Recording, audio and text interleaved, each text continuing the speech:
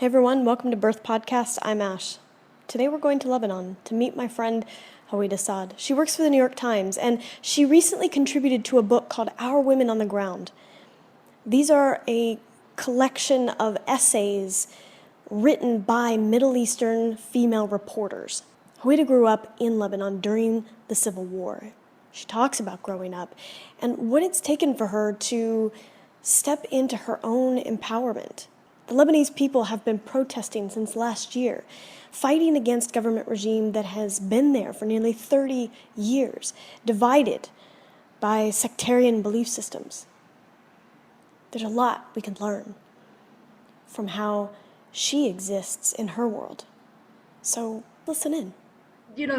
To be born in Lebanon, this is a story by itself, because you born in a country that you expect anything every day, everything, anything every day. In a way, like sometimes it's nice to live in the action, but not every day. And now we're living it every single minute.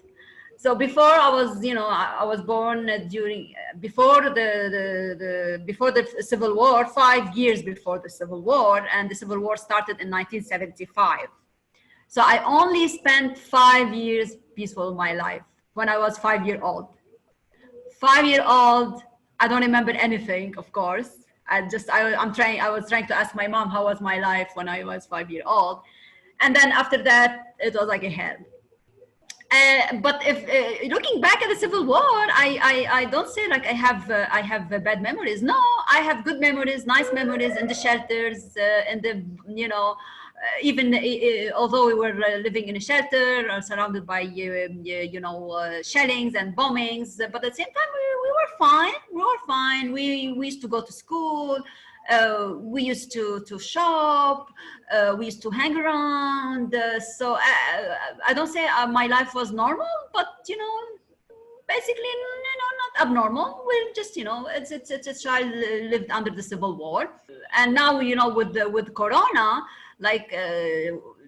I've been locked down for 3 months, so I'm trying to go back to the Civil War, how we used to by force to be locked down because we were forced to do the lockdown during to hide in shelters in a way. But the difference, before we didn't used to feel like all these threats around us. I was a child enjoying my life, waiting for the chocolate. I'm very excited that the next day I'm not going to go to school because there is shelling and bombing. So this is it's going to be a day off. This is maximum of my life. But of course, when you grow up more like in this country, you feel like, what are you? Like, who are you? Now the question, you have a bigger question now, like Lebanon. What is Lebanon? Who, like you are American, okay? You are British, okay? But Lebanese what? And actually during my reporting, most of the time people, they ask me, you're Lebanese, but what's your background? They don't they don't accept an answer like you are Lebanese. Okay, Lebanese, what's your sect? What's your affiliations? It's always followed up by all these because questions. The projections and assumptions are so well, they're so white. Yes. I mean, that's the thing. It's a Western world that naturally assumes this element of what we project onto in Middle Eastern cultures that we ultimately drop bombs on and support wars in. And it creates a presumption of the people that often is disconnected from the reality. Well, it's not only that. It's only like that people like expect Lebanon, okay, it's Lebanese, but it's like they are a group of people living in the same country, but they're not Lebanese. Right? They are just group with different affiliations, with different sects. So it's not enough like to say you are Lebanese. You are somebody. Like, you're not only Lebanese. This is what used to hurt me, and so this is what, when I started working with the New York Times, I'm working with American, publication. I have my colleagues, and whenever we do reportings, and for instance in Syria, okay, for my boss, like they used to ask her like, okay, where are you from? She says, I'm American. Okay, American. Okay, Hwaida. Okay, you're Lebanese. Okay, Lebanese. What's your sect? Where are you from? Which village? What's your affiliation? Are you with this party, against that party? So I'm always facing all these questions, you know, and I always ask, why you didn't ask my, you know, my boss these questions? Because you know it's enough. They don't have to ask more. They don't ask her if you are Christian or Muslim. You're American. Yeah, that's true. And now it's becoming more and more now you know now we're facing the biggest problem in Lebanon history, and the question is being raised: what are we? What is Lebanon? Is Lebanon like the you know like the what our parents told us about? Is it the mountains? Is it the beach? Is it the tabbouleh? Is it the hummus? You know what is, you know, is it the Shia? Is it the Sunni? Is it the Christian? What is Lebanon? You know, I'm really trying to find more about that. You know, like I'm trying to answer this question. In West Beirut, which is one of my favorite films ever, is when the young boy is in the bathroom with his father and his father is shaving and they're talking about it, and the boy jumps in and he goes, "I'm Phoenician," Yeah. right? And it's his reference of sort of taking ownership of the historic space. Do you Yeah. feel like you're trying to sort of define your own identity through your history in a way that you haven't before now, that you didn't have to think about, I don't know, In 15, 20 years school, ago? in history, like they in school, I always used to hear that like Lebanon is not an Arab country. Mm. They are somehow Arab. Then we're not Arab, you know. So it starts from there. Like it starts, oh, okay, we're not Arabs, we're not, you know, French. At the same time, we try to be French more than French, but you know, we're not like that. So this it starts from there, and this is the issue, you know. This is the thing. Like, for instance, you go to an area, they speak very perfect French, and they prefer not to speak Arabic. In other places, they speak English, they don't prefer to speak Arabic. And when you travel, you find people outside, they love the Arabic. And you know what? You know what? As I said, like I have an issue with the places and ID because, you know, we used to look at, you know, our cafes, our like places anyway. Oh, well, you know, it's very, very old fashioned. But I started to give the value of this place because of the people I work with. With the people I work with, we used to visit places. They used to look at these places and very like, you know, this is very precious, you know, the mountains, the cafes. For instance, there is the Basta area. You know, I'm sure you know the Basta. It's really like it's a really beautiful place. But I never paid attention, you know, how nice Basta is. But from the people I work with, and especially the, you know, Americans and you know Europeans, they you know they said, you know, it's beautiful. The other like last year, I had an assignment in Akkar, and for us, Akkar is a very poor area, like the poorest area in you know in Lebanon, and we never paid attention to that area. But I heard it from a German friend. He said, "Do you know, Hwaida? I've been to Akkar many times, and you know there are certain trees which don't exist except in Akkar." And I was really. He said, "Yes." You know, so it's very hard to know like how valuable your country is through like other people like they never lived here. They appreciate it more than you do, you know? Yeah, yeah. I mean, So look, I think Lebanon is a beautiful country, and I lived there for 3 years and loved the space. It was a little bit of my intro into the Arab world, but yet at the same time, it had the Euro vibe that I really have grown to appreciate in sort of my own living space. And the people are diverse. The Lebanese are diverse, and so I think that's the thing is most people don't realize that that part of the world, right? Whether it's Lebanon or Palestine, but that whole sort of Mediterranean space is blended cultures, right? yeah, It's very, because every major empire that has really ever ruled the world has crossed that the richness of that land. They've left people there, they've brought people there, they've taken people from there.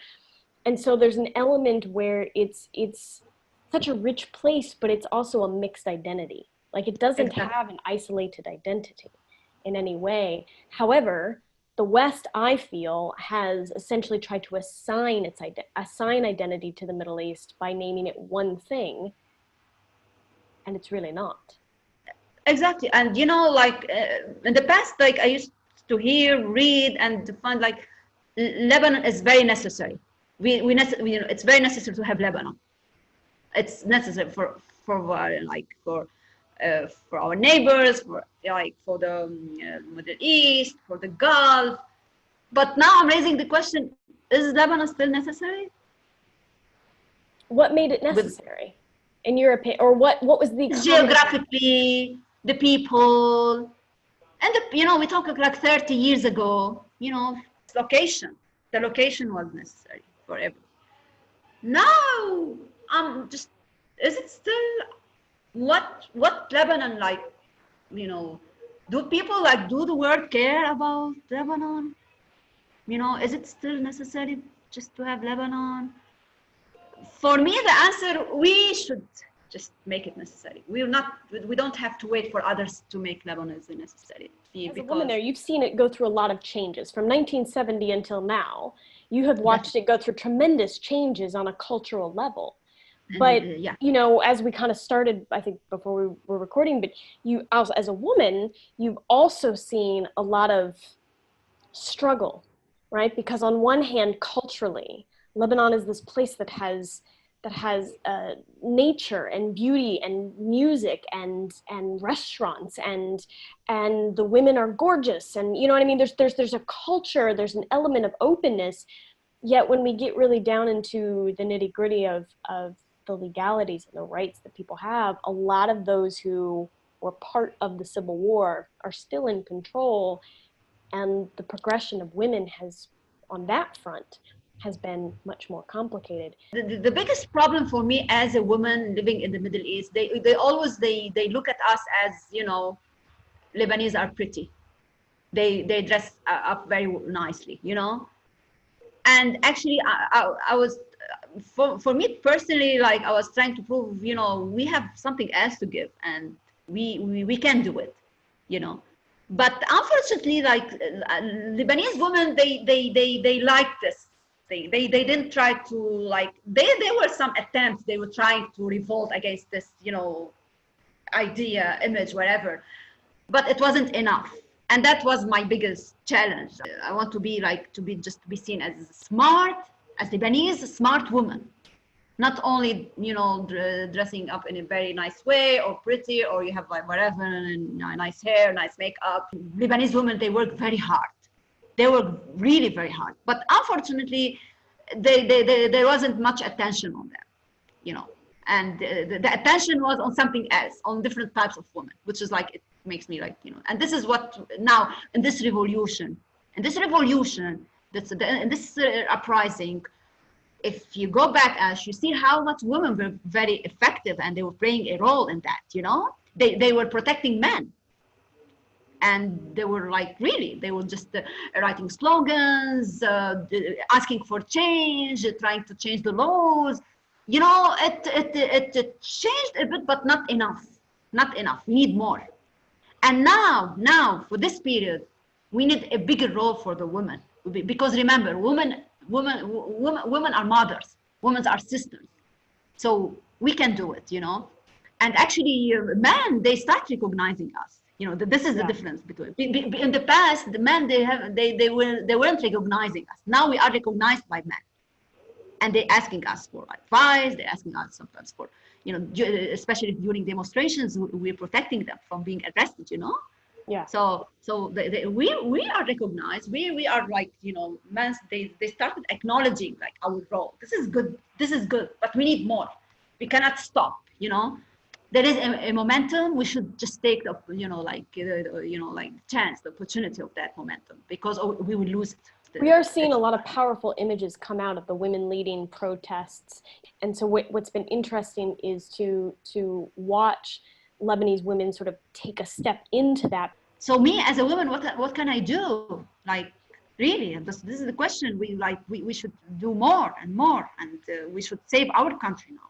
What are some of the biggest political limitations for women?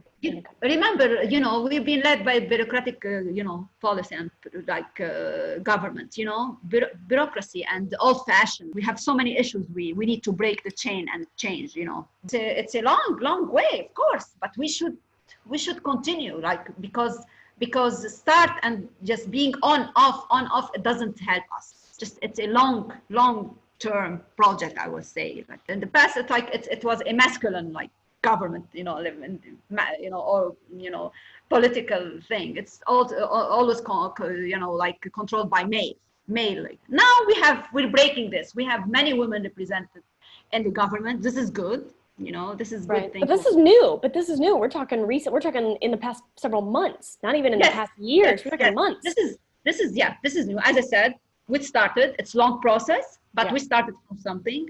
The laws is based on sectarian things, so you should get the consensus from everybody. Can get the support from more and more people to support us in this. It's not so enough. You think that the religious sectarian element is still has a heavier influence on the economic and cultural. Actually, I need the man's support. I need the man to support me. Yeah. I don't need only women. I need the man. Man can help me in this. This is which I think is still weak. I don't have still enough. Remember, like, because some men they don't want women to reach some positions. Yeah. They try to put obstacles in that. So we have so many issues, and I believe if we are unified, we can do something. What have been some of your personal challenges? What are some of the stories that you can share that you've really had to push your way through? When I was born, I remember my family, my dad's family, they were sad because they prefer boy over girl.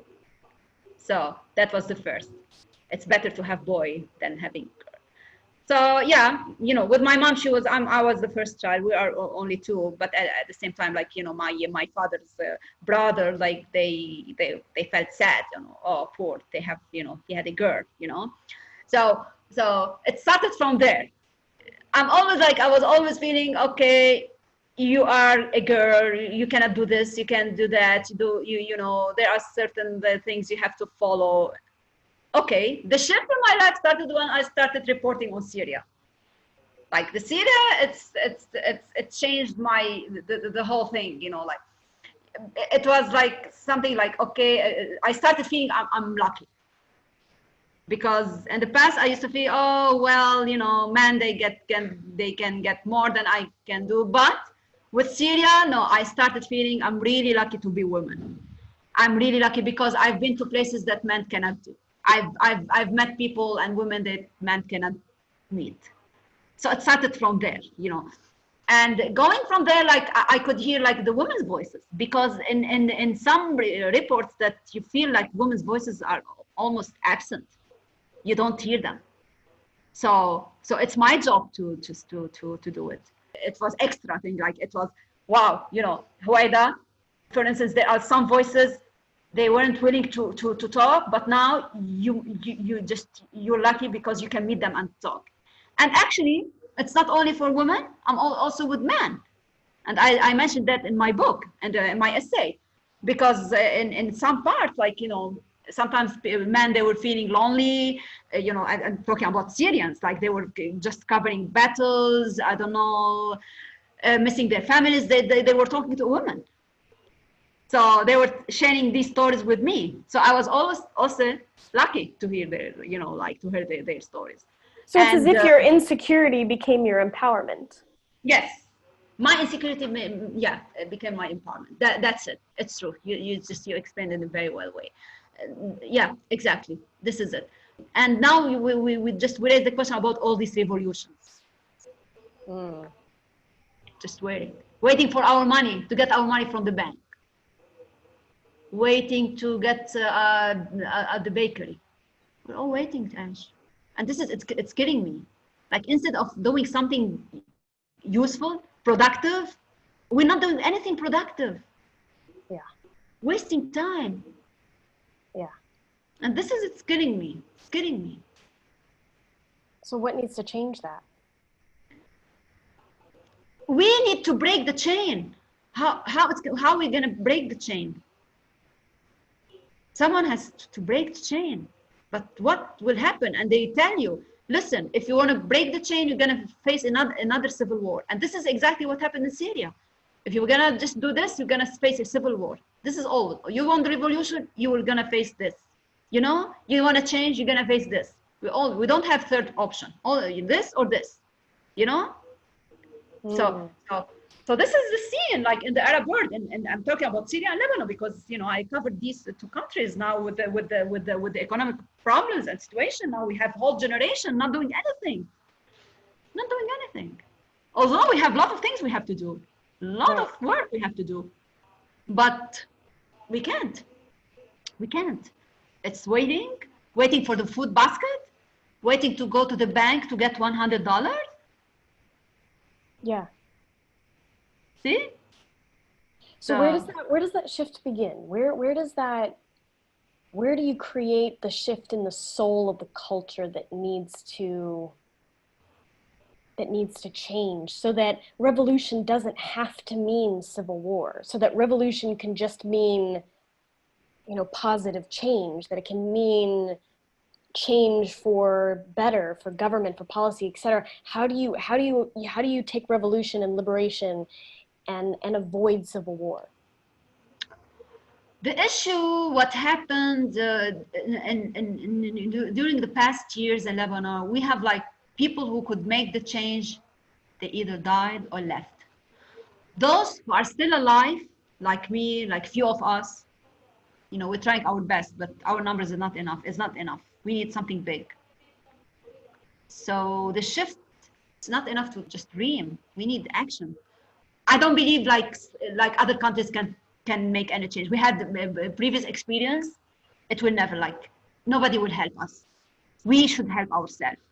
But at the same time, we are divided. Because, you know, because we are scared from each other. Because we still have this issue. If the Christian will become stronger, so the Christian will, you know, will get rid of the Muslims or the Shia or the Sunni. If the Shia is stronger, they will get rid of the you know, there is no trust. And this is what we should, we've never worked on that since the end of the Civil War in 1990. We haven't built the trust between each other. There's no real healing between the groups. No. So we should start from there. I should go to the Christian. I tell them, listen, I'm Lebanese, and you should trust me. And the Christians should come to me, should come to Muslims and tell them, like, listen, we're gonna live in this country together. So you should trust. I'm not going to control you. Yeah. We have deeply rooted issue, you know, because the civil war broke out between sects. Right. And we have bloody history. Yeah. So, and we never managed to solve this. We didn't reconcile. We didn't try to do it. You know, we're still afraid from each other.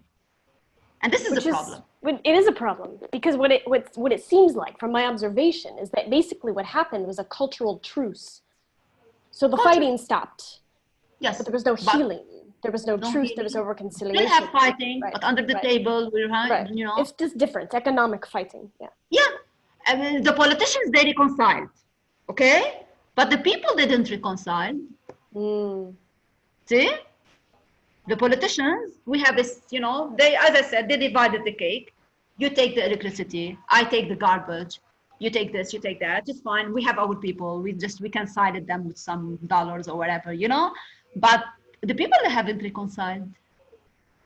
Well, and the people get punished. Like I was there during when trash crisis became a big deal.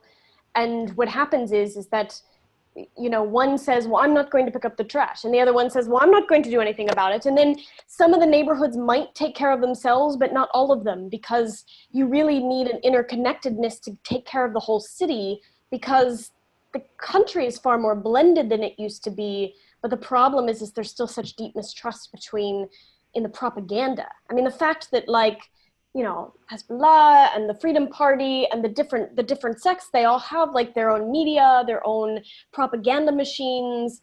And it's a disservice to the people, because then the people come in for revolution, but they don't have any solutions to the problems that they are fighting against. We don't have common ground. The question is, do you love your country or you don't? The question is, always with foreign agenda. We should have common ground on that. We started seeing things, changing. We started with big slogans, and now they took us to somewhere else. As a woman in the society, especially you wrote Our Women on the Ground, and Our Women on the Ground, for those who don't know, is an incredible book and an incredible collection of Middle Eastern women who've come together to talk about reporting on wars. You obviously mentioned that there were Syrian people who were being vulnerable with you, both men and women, that were being vulnerable with you in a way that they might not with maybe your male colleagues, your male counterparts.